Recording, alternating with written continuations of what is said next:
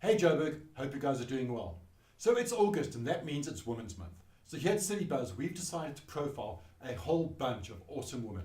So why don't you come on a journey with us while we take you to meet them? We are here at the wonderful Tasha's in Sandton on Nelson Mandela Square, and today we're going to chat to Ramona Kasavan about what she has done, because Ramona is just one of the most amazing women I have had the pleasure to meet. Now, Ramona, you've done so many things over your life, but walk me through a small, quick little package of where you started to kind of where we are today. Thank you for that, Shane. So I started in a small farming community in the north coast of Durban. I come from Inanda. I'm a farm girl. I never grew up with neighbors. I always had an imagination. I grew up with clean air, fresh water, animals. And I think for me, that was probably my molding on the whole. My father was the tree, and the apple fell from the tree. And I basically wanted to be something in this world. I grew up in a society where my role was to cook and clean and marry, and I wanted to change that extensively. My education is probably my most detrimental part of my life, because without it I can't be anything. I'm 31 years old. I have an honors degree in marketing strategy. I studied a triple major in media journalism and marketing at University of KwaZulu-Natal, and I think the last decade of my career has been a lot of blood, sweat and tears. It hasn't come easy. So I was 23 years old. I had this dream to become a DJ. I think I grew up with a lot of body issues as a woman, and I wanted to change that extensively. I didn't know I'd come this far. I think for me, my books has always been an amazing part. I read a lot of business books. I read a lot of bibliographies. And from radio came television, and knocking on 100 doors to become something.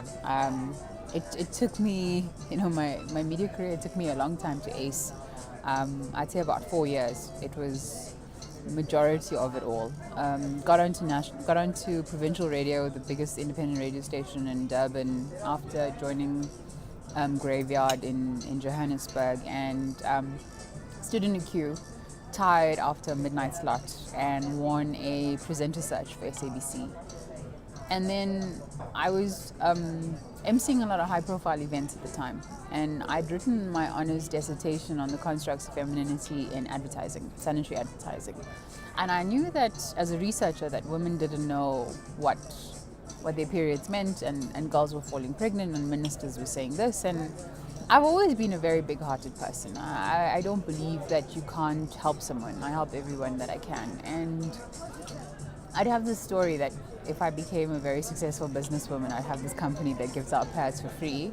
Lo and behold, that became my purpose in life. I resigned from my high-paying job after 6 weeks to become an entrepreneur.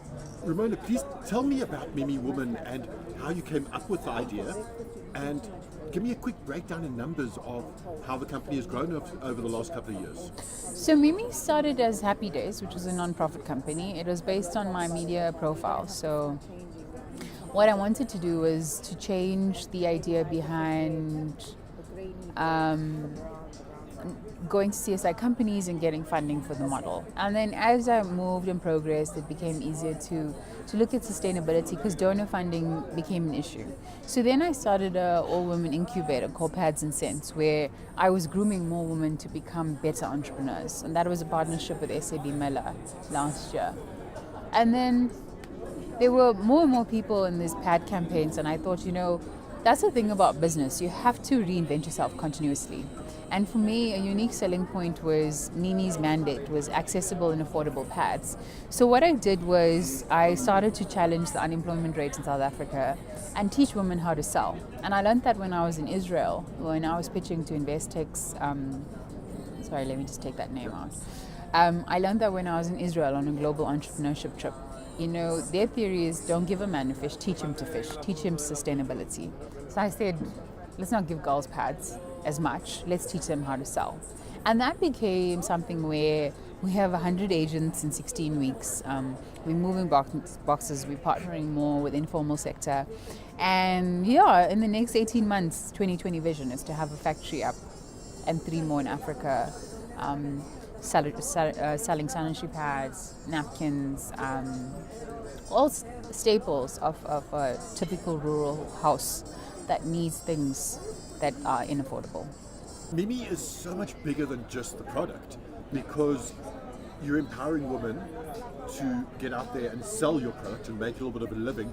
But not only that, I mean, personally, I can see this moving forward to where you are going to grow throughout the country into these little villages where young girls can aspire to be the next Ramona, because you did it, therefore that means they can do it. And it's taking away that myth that sanitary pads are scary and it's not something you should talk about. I think, yeah, that was it. Like the Mimi, if you ever look at our packaging, you'll see a woman with a very nice outfit, big eyes, hair, and everything around it, and it is that. I built a user experience. I built a Mimi woman lifestyle. She's smart, she's empowered, she's intellectual, she's independent, she's fearless, she's courageous. And the weird part is Mimi actually means I am, or me. Women are so caught up in relationships where they're codependent and reliant on people and emotions that I wanted to change that ideal. I wanted them to realize that I can be who I am at the same time and be truthful about who I want to be. And it is that. It is very scary. Sometimes I want to be crazy and like sit and do nothing and sit at the poolside. But when you have a moral obligation in your soul to change, and I think my mentors always say that, but Ramona, if not you, then who is going to do it? You got to just stick true to the mandate, because I see it in every activation we do, in every school that we go to. These girls have like very little, and they come from abuse, they come from pain, they come from suffering, and I wanted to change that. And not even just in South Africa, in 53 African states. I position myself now as a global leader, because people need to know what's really going down in the grassroots of our country. Indigenous women do not have an opportunity to show their true strengths, and if I don't do it, who will? Your vision starts with you, but if you think it, you can believe it. And for me, being in New York and having global companies know my name, I'm just a little girl from the tip of South Africa.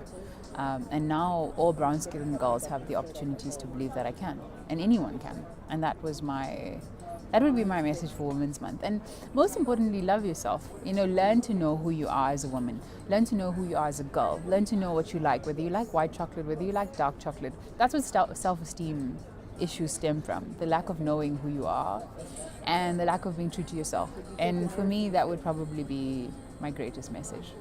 Awesome, Ramona, thank you so much for taking time out today. It's and crazy, we wish Dave. you all Thank the best you, going Shay. forward. Okay, no, thank you.